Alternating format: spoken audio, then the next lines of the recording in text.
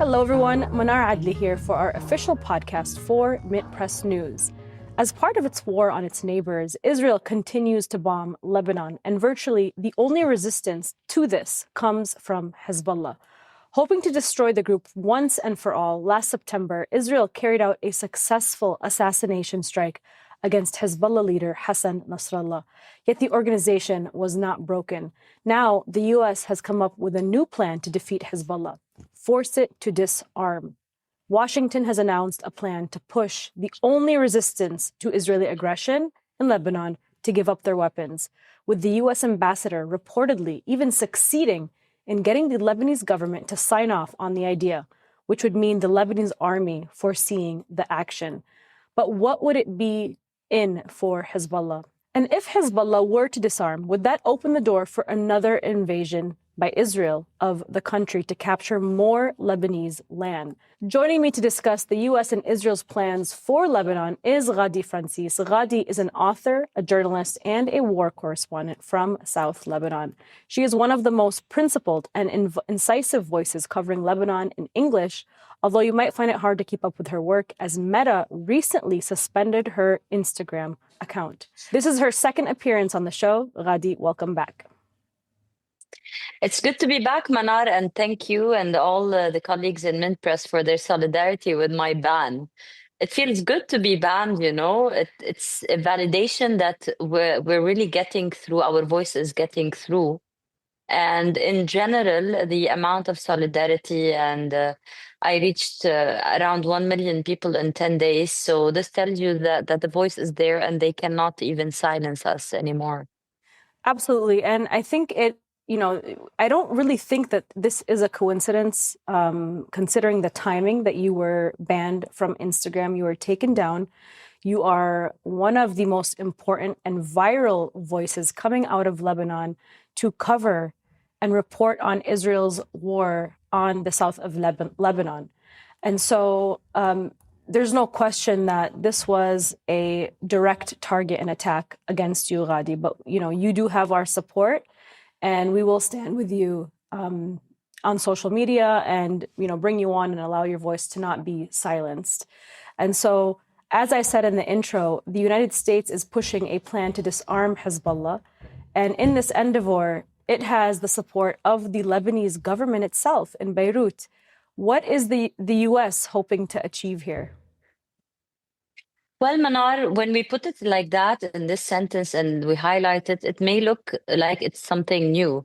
But if we put it in the context, here in Lebanon, the idea of disarmament of Hezbollah has been going around by the US and its pawns in Lebanese politics for over a decade. It's actually been there since the start of Hezbollah in the 80s, because anybody who is armed against Israel is always cornered by US policies in the Middle East in general and in Lebanon.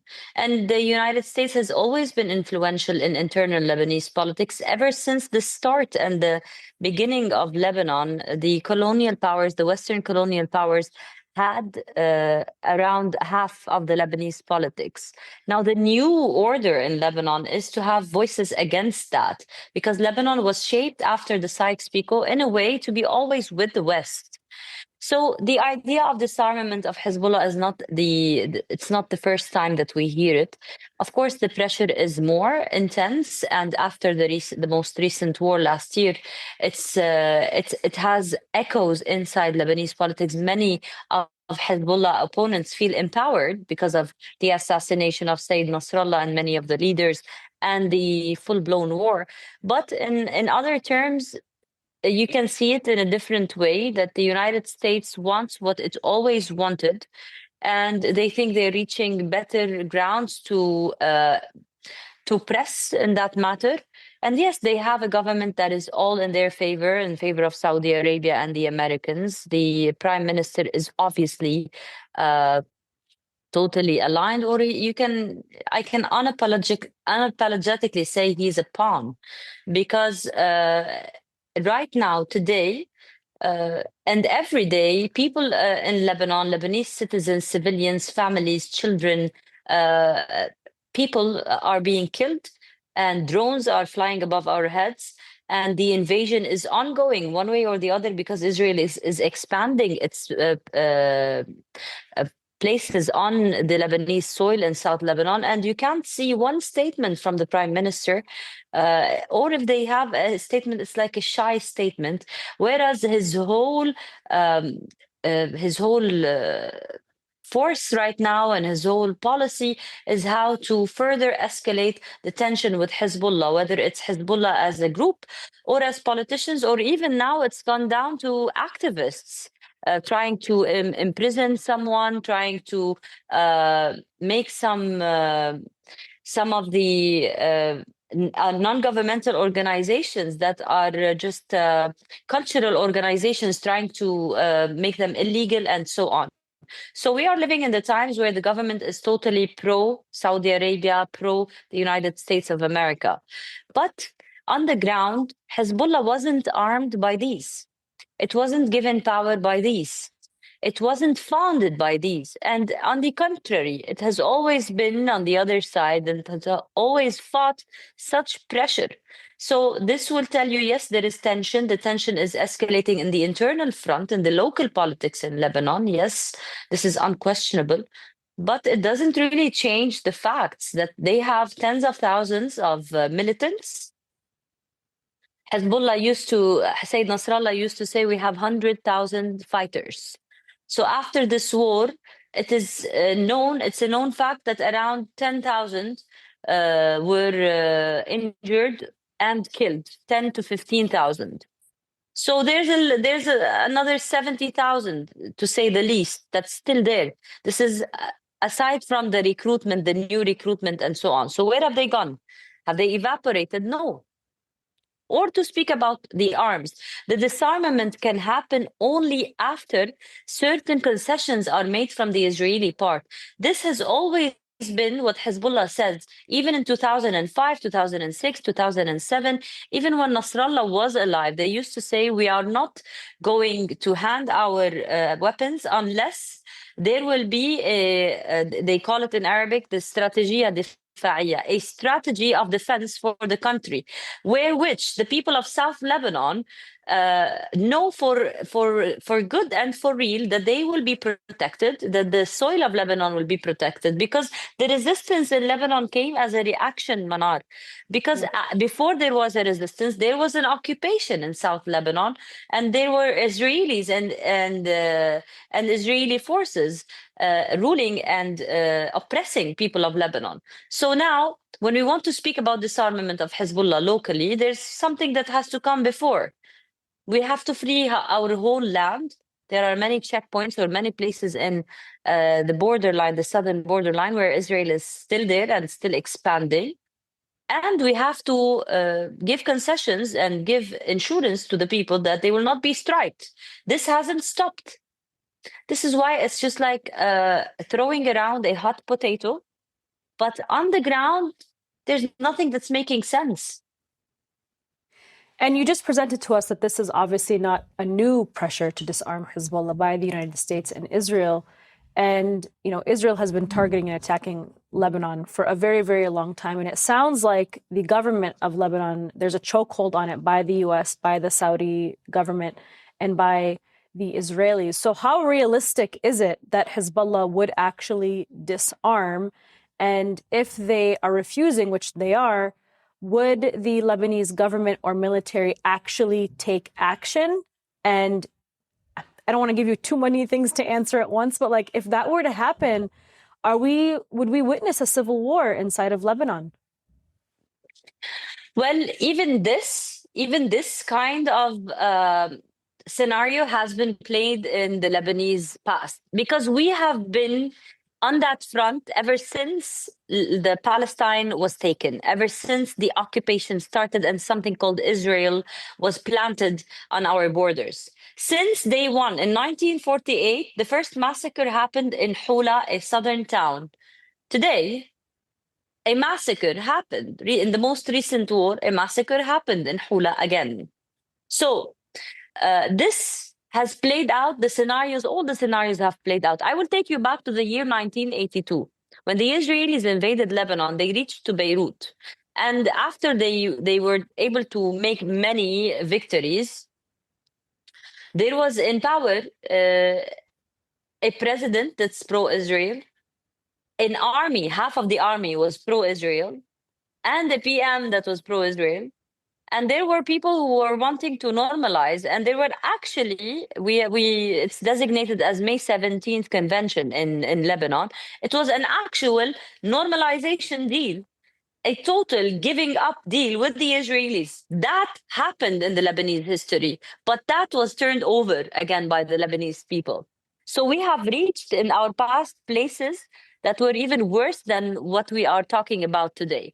But in the present, this is not the status quo, and this cannot be the status quo. I will take you down into the Lebanese politics a little bit for you and your viewers. First of all, the Lebanese army, although it has been befriended by the United States, in a way, the Lebanese army structure is from every sect and everybody. So if you're talking about this, you will witness the divisions of the Lebanese army to start with, because many people, many generals, many army leaders in the Lebanese army are anti-Israel, because this is what Lebanon is about. This is what the normal Lebanon is about. It's illegal in Lebanon to even speak to an Israeli.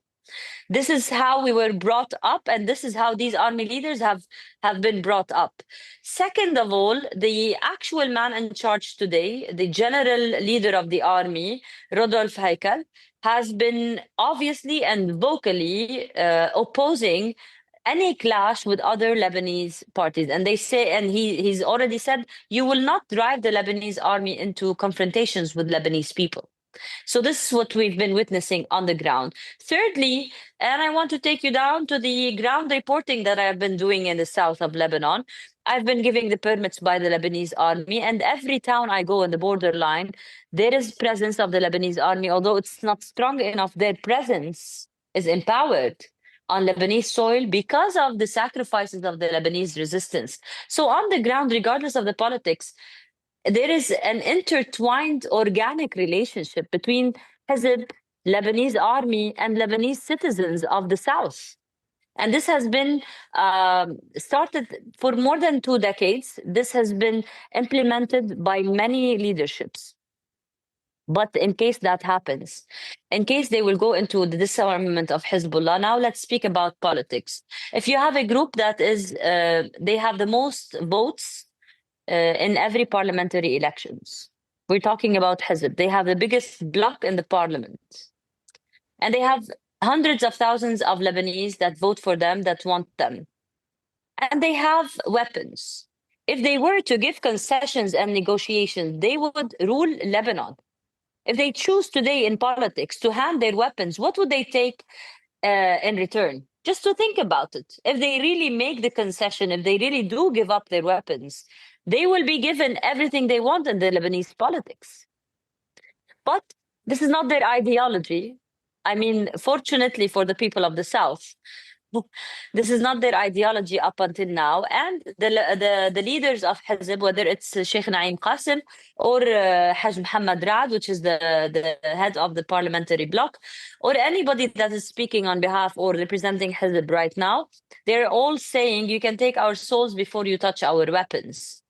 But in the future, if there's something else, if there's a different plan for governing the South, I don't think there are any ultimatums yet. You know, there's nothing final yet.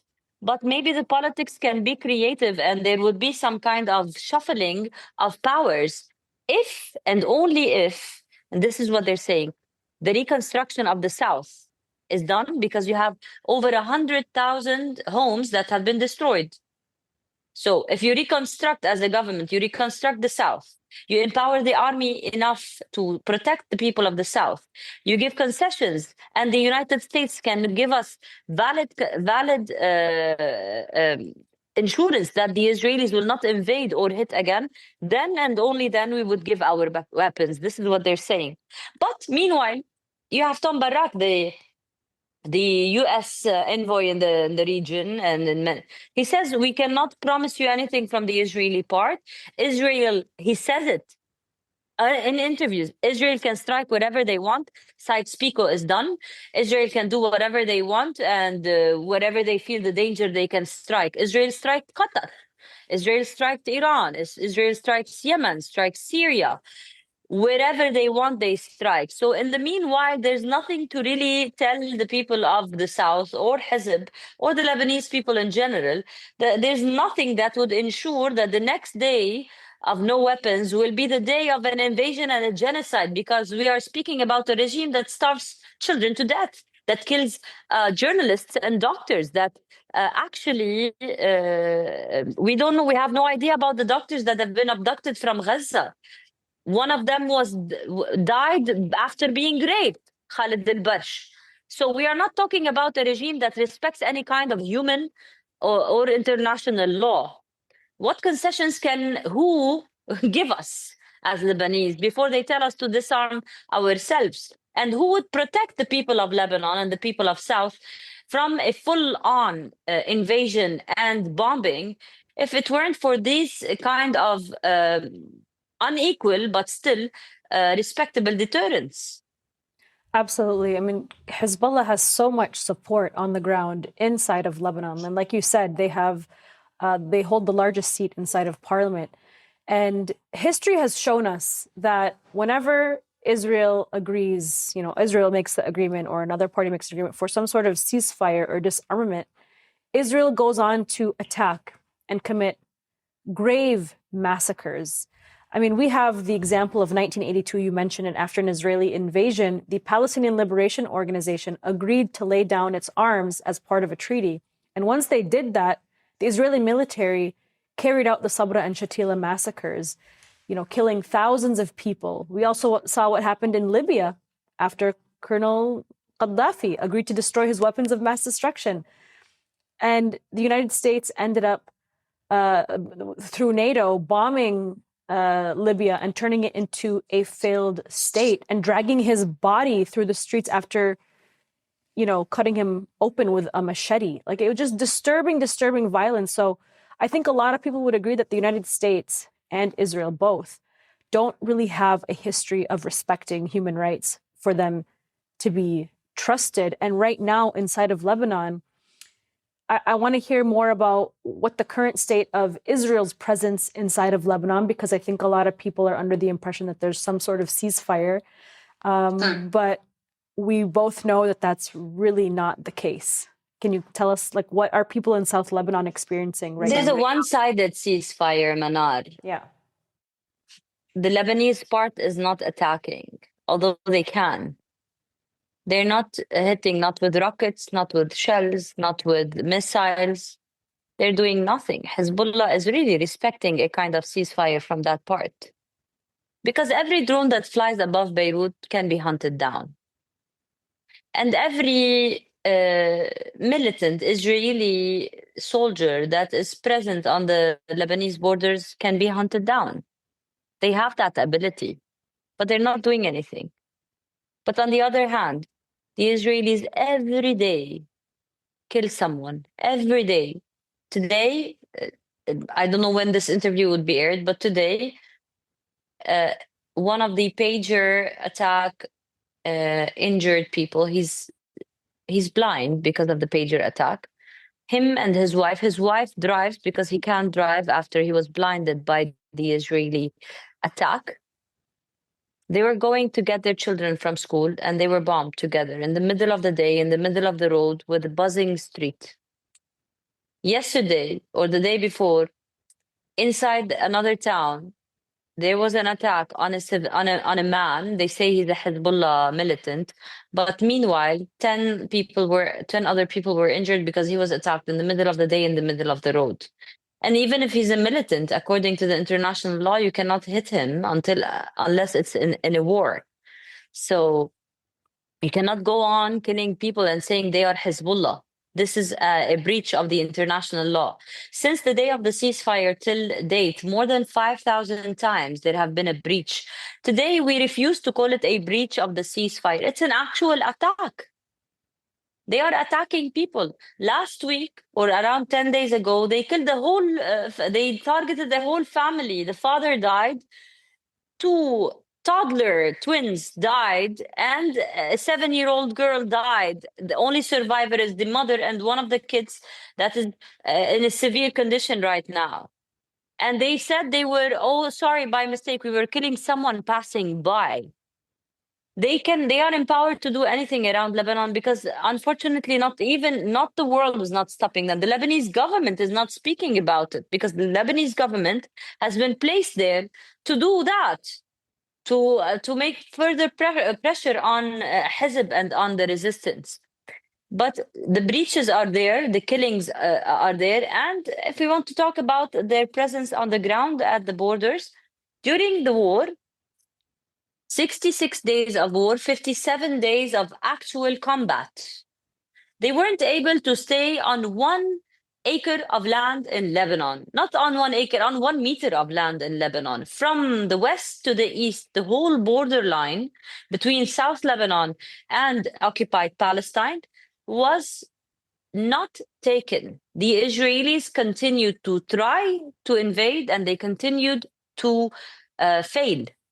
They were, exactly as Sayyid Nasrallah said, they were marching vertically and going back horizontally for 57 days. Although there was a lot of losses on Hezbollah's side, but they fought and they deterred the ground invasion.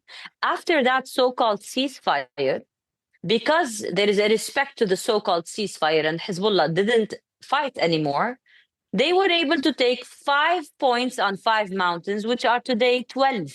They are expanding. They are choosing the mountains in Lebanon, the border mountains that are strategic. And they are building their army sites over there. And they are building walls over there.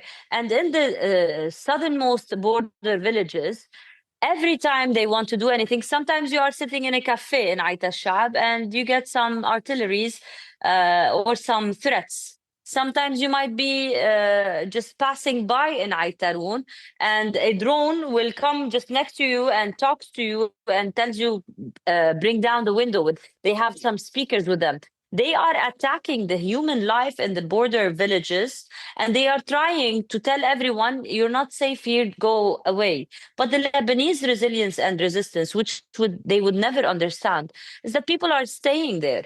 People are staying in their border towns. They are reconstructing with whatever their bare hands can do, with their own personal savings or help from some non-governmental organizations or some people or some diaspora who are empowering them, or some families, and they are staying and they're reconstructing with whatever they can, and they are claiming their ground. But the Israelis are expanding on the hills.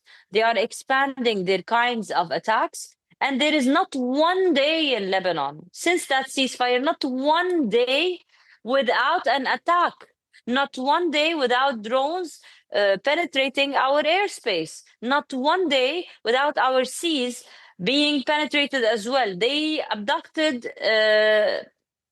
fishermen and kidnapped them after the war. They took people who were returning. We have a 17-year-old boy who was going back to his town the next day of the ceasefire. They shot him and they took him while he was injured, and now he's there. He's a hostage. There's a man who grows sheep. We just a normal person, a normal villager from Shaba. He's also been kidnapped. They have kidnapped civilians after that ceasefire, and they have killed civilians, and they have killed some Hezbollah militants as well. But also that is a breach of international law. So what kind of ceasefire? It's only a one-sided ceasefire. And I think many of the Lebanese people inside their brains, they're like, we don't want a full-blown war. But this is not an actual ceasefire. This is just another form of war. What an absolute joke when the United States sits there and Israel sits there to talk about human rights, when this is the reality on the ground in Lebanon, in Palestine, and all of the places that Israel is funding and arming Israel to take out people, kidnap people, children, fishermen, shepherds. It's so disgusting. I mean, just listening to you, Ghadi, I'm just enraged by how bad things are on the ground. And yet we have a corporate media here in the United States that, despite the genocide that's taking place and this acknowledgement that Israel is engaging in apartheid, in occupation, in ethnic cleansing, in genocide, and the kidnappings and the assassinations, et cetera, et cetera, et cetera. The list goes on. It's like a list that is too long to even mention in a short conversation. They go on to defend Israel's right to defend itself. They protect that for Israel. And what an arrogant corporate media that we do have, who is engaging and enabling Israel to commit these horrific crimes. And so when the New York Times or CNN come back to apologize for their reporting for defending any of Israel's atrocities, or maybe publishing something that was inaccurate, we don't want their apologies. They are acting in line with protecting Israel. That's what they're doing. They're absolutely complicit. They're absolutely complicit. This war was raged in terms of media, in terms of protecting Israel, and I think they are all accomplices. They're not only aligned with Israel, they are criminals just as much as Israel is, because they are covering up a genocide that is already aired. They are covering up the kidnapping of doctors in Gaza, the burning of tents of displaced people, the bombing of universities and hospitals, and the starvation. They even find justifications. I mean, what's wrong with their brains? The flotillas had only humanitarian aid. How come you're not enraged by the idea that this aid was thrown away instead of being given to starving children? They are not even aligned, Manar. They are complicit. They are covering up and they are blinding their populations. And unfortunately, I mean, the population is waking up in the West, but still many people around the world do buy that BS. I mean, that's the truth, is that people are waking up, and it really is happening. An awakening is happening to the Christian Zionist movement, and I think that's been the one anchor for the state of Israel in the United States. And if Israel loses that base, I mean, Israel is going to start acting in ways that are just outrageous, even more, I think, in Western lands, to kind of hold on to their power. But, I want to talk a little bit more about the pager attacks, because these were such a horrific act of terror against the people of Lebanon. And even Leon Panetta, former CIA director, called this a terror attack that was completely unacceptable. And Israel happily took credit for this, for this terror attack, for the pager attack that wounded so many people in the south of Lebanon. Many of them were children. And so how are people, I know you've interviewed and you've sat down with these families, how are people reeling and living now post this attack? Well, they are more resilient than you can imagine. And now when you're asking, I can only remember a pager attack victim. The last time I saw him in the launching of a movie, he came close to me. He's obviously blind. And he said, I just want to tell you something, because you're always on TV and you're speaking. I want to tell you I'm way more powerful now. And we thought in the beginning, that we will be put aside, or we will not have a role. It ended up being an actual blessing, and we are even more important now. This is what he said. Yeah. I'm not saying this to be poetic here. I know it's not very wanted to lose your fingers or your eyesight, but the pager attack that was paraded, unfortunately, by the Americans and the Israelis. We will not forget the golden pager that was gifted to Donald Trump and the way he paraded it. Anybody who parades using a civilian communication device to press one button and just attack randomly a group of people is not even to be compared by the Nazis. They're worse than the Nazis. They are not even criminals. They are savages. They aren't even human. Because regardless of where your battlefield is, who can be around that pager? A child. In the middle of the day, they did this attack. And, countless children were affected and were injured. And many of them you can see because they've been documented. Many of them continued their lives and many of them lost their sight. Many children, many women lost their sight or their fingers in that pager attack. And this is not to say that attacking men is easier or it is justified, but if they want to say that they're attacking Hezbollah members, well, they're not. Because anybody who carries a pager is not actually on ground in the battlefield. They're probably logistics or scouts or communication people. Some people work in the media. So basically, we don't even need to go into ways to justify or to explain how this is an attack on a whole humanity. Ever since that pager attack, Manar, everybody knows that their phones can turn into bombs if Israel chooses to. And then Benjamin Netanyahu goes in the podiums of the United Nations and the United States of America and says, you are holding a piece of Israel in your hand, designating the phones. What tells me that right now, when I'm speaking to you, if Israel wants to, my phone wouldn't explode and kill me? Or your phone that you put next to your bed every night would not turn into a bomb? Who stopped Israel when they did that? No one. Who can ensure us and who can be trusted to tell us that Israel doesn't have the ability to do that today and tomorrow using the AI that is provided by the technological warfare in the American deep state? Who can tell us today for sure that this cannot be used in the future against anyone, anywhere? No one. So it's not an attack on Lebanese people or on Hezbollah. It is actual empowerment of a rogue ethnic state, ethnic apartheid state, to actually kill anyone, anytime, using anything. This is a new era in terms of savagery. And what I can't understand is that there are people who go out unapologetically parading that. You are holding a phone. You are holding a piece of communication or technology in your house around your children.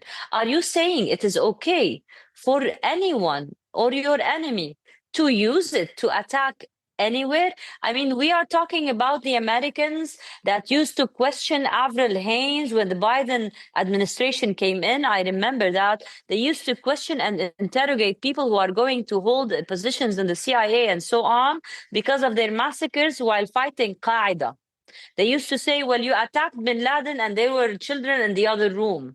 They used to stop and ask if that was a crime of war. And they used to try internally Americans who were in positions that maybe killed people while killing Al-Qaeda. But this is the same America that is now parading a criminal tried and judged by the ICJ. They're receiving a golden pager by a person who killed or tried to kill 6,000 people at once without knowing their names, their histories. This is unfathomable, Manar, because we're not only the ones attacked. This is attacking human technology. So it is attacking everybody in the world. And still they find a way to justify or to even parade it. If there was righteousness, if there was actual judicial logic ruling, everybody who parades the pager should be in prison. And everybody who did that should not be really thought of as like a great attack. It's just like gas chambers. It's just like when, you can have someone justify what Hitler did. You say that he was scientifically, I don't know, he was scientifically smart. This is what they're doing now. They're saying Netanyahu is smart by attacking people using their pagers. Well, no, he's not. He's just a criminal. It's a hit below the belt. You couldn't confront Hezbollah with 80,000 soldiers on the borderline. 66 days you tried to enter Lebanon and you couldn't. But using the pager to attack people and saying that you are like your supremacy is, it's not your supremacy. It's American taxpayers' money. and American technology and the United Kingdom and the EU. It's not even your supremacy. It's other people's money empowering you because you are the colonial ethnostate power inside the Middle East that is here to further escalate all the tensions and the divisions among the nation, the natives and the nations here, just to go on and take our land and take our gas and take our history and take our culture. So Netanyahu is not smarter by doing that. He's just more savage and more empowered. And my problem today is not only with him. I have a problem with the world, Manat. I was thinking as I was preparing myself to your interview, I was thinking that you're going to talk to me about the flotilla. And I'm saying, like, how dark these days are for people of our region. Because now it is an ongoing known fact that some people matter more than others. Yeah. So we all know that if you are holding a European passport, you will get out of the prison. We all know it. And we all know that if you are a Palestinian, you're dying inside. And just to be living in a time where this is a fact is so unfair. It makes me so angry. It's not okay to live with this fact and to pass it on to our children. We're not lesser people. We're not less important. We're not less deserving of life. You know? I mean, this is colonialism. This is modern day colonialism that subjects all of the people in the region to this kind of oppression. And, Israel just keeps exposing itself to how savage they truly are. And yes, this is not just about Israel, but this is about an entire white supremacist capitalist system that is there to occupy, to steal land, ethnically cleanse, and take over, and steal and steal and kill and subjugate the native people of the land. And can you believe that Trump has complained, oh, Israel is planting spying devices all over the White House? It's like, well, yeah, that's how far Israel has infiltrated. And now the United States is like, This is what you reap. This is what you reap after what you sow. Exactly. Like this is the monster you've created. And now you're like, oh, look, even we're being spied on. But it's definitely going to happen. The confrontation will definitely be there. They will not accept America. America as is, as a nation, the diversity, the culture, the American culture is made and built on diversity. So it cannot coexist with that. There will be a confrontation. We never know where, between the good and the evil. And I do not believe that the Americans are bad people. They are just ruled by bad people.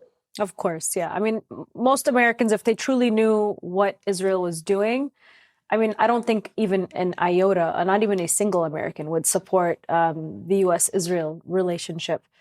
But again, it's up to those, I think, the Christian Zionist movement. Once that kind of goes through, I think Israel... It's always been that, by the way, Manar. The Christian Zionism is the one that planted Israel. There wasn't any Jewish Zionism. It was planted by Christian Zionism, by Lord Shaftesbury, and then by Belford, and it started over there. And there were travelers who came here, Christian Zionists, who came here to this land, who came to excavate and to understand and to build up the whole myth that would breed in what we're living in our modern days. Books, countless books say that, Yeah. So I want to wrap up by talking a little bit about two things. So I have two questions left for you. One is about Hezbollah again. A lot of people looking from the outside have made the statement and have said that Hezbollah has been weakened now because of the pager attacks, because of the assassination of Sayyid Hassan Nasrallah. What is the state of, I mean, I know you described a lot of things, but what is the current state of Hezbollah? Have they been weakened, or are they stronger than ever? And then after that, I'll ask you about the economy, and we could wrap up after that. Well, if I want to be realistic, nobody really knows the actual state military-wise of Hezbollah. Nobody really knows. Because it looks like, let me put an analogy here.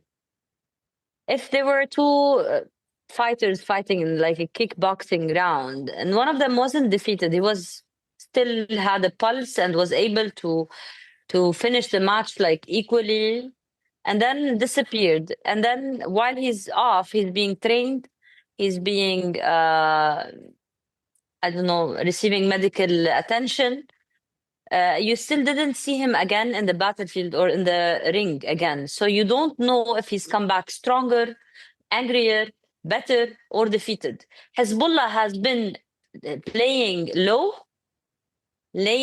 discreetly for a year now. The reports say that financially they have been rescued. Even Tom Barak said there are $60 million per month, but Hezbollah, the reports say $3 billion were put aside for the reconstruction of the southern suburb of Beirut, and that some raises were reported for the militants, raises in their salaries. This is one side. Another side is that they are now going into the secret kind of work, which is an upper hand they have when you have this kind of espionage and AI working for the Israelis. So they're working in secrecy. Nobody knows anything about their kind of structure or work military-wise nowadays. So, and whenever they find any kind of target, they would kill them, the Israelis. So they're just searching for them all over the south of Lebanon, but they are there. They are moving around. And some analytics would say that thousands of people from Hezbollah are moving around daily in the south. So I think military-wise, they were able to just to like speculate. I'm speculating here. I think they were able to reconstruct whatever communication network they used to use. Now they have a different one. They have a different structure. And I think they're always training themselves and getting ready for another battle. But we don't know unless the actual battle starts and we see. What has been proven in the past war, in the most recent war in 2024, is that on the ground, they weren't defeated. In the ground invasion, 0 wins were given for Israel. Israel won by airstrikes, and it has always had the upper hand in airstrikes. Israel won by the intelligence, by attacking, and even in the airstrikes, I think Sayyid Hassan Nasrallah knew that they will attack Dahi, but he didn't know that the Americans will give them the bunker busters. So if it weren't for the American bunker busters and the American help, Israel wouldn't even win in the skies. So if the whole world will come with Israel to fight Hezbollah, yes, Hezbollah is weaker than the whole world. But if it's only Israel, it's a matter of question, and we have to live and to see. Yeah. Lebanon is obviously a very fragile country right now. It's been dealt with a very dire economic state even before October 7th and even before this current conflict between Israel and Hezbollah. Could you describe the economic state of Lebanon right now and how that's playing into all of this conflict between the Lebanese government and the disarmament and Israel's war on Lebanon? Well, it's using simple mathematics and analogies, just like I did if someone is bankrupt, they're easier to manipulate, they're easier to blackmail, they're easier to to employ. But the bankruptcy, the banking system, the falling down of the banking system and the economic system has nothing to do with Hezbollah or this problem. It has to do with the corruption. It has to do with the internal kind of politics and governance of this country, where warlords and sectarian entities partition and divide everything among themselves. So there's no actual accountability. Everybody would protect their man because he's from their sect. Everybody would empower a corrupt person because he's their guy. So we reached a place where the actual state failed economically because it was taking money from the banks to spend on the politicians and not even producing anything. But This has nothing to do directly with the Hezbollah, but it has everything to do with the society. When the society is impoverished, it's easier to manipulate, it's easier to make moles for espionage. It's easier to tell the whole people that you will feel better, you will be given relief and given money, and the World Bank would help you, and America would help you, and Saudi Arabia would reconstruct, and everybody would come and help you if you're all against Hezbollah. So it would really help you in actually stressing and making more tensions in the internal politics. This is how I can see that the economic state affects. Other than that, it has to do with the corruption of the state, of the governance, of the base of Lebanon has always been that, a sectarian regime. So this is why there was never actual accountability. And the man, the icon of the failure, Riyad Salemi, who's been the governor of the central bank, was directly in charge of the dilemma, of the problem, of the catastrophe that hit the Lebanese economy, has been freed recently by Nawaf Salam and his governance, by that new, reform era. So this is how big the lie is when it comes to having an actual state in Lebanon. We have always been occupied one way or the other. A sectarian regime is not a fair regime. It's a regime where no one is held accountable, and we're living in it. Well, Ghadi, Francis, thank you so much for joining us today. We're, of course, always praying for peace in Lebanon and, for the people, the resilient people of Lebanon to be able to rest. I'm sure that, they're on high alert always as Israeli drones are flying over their heads and with all of these attacks.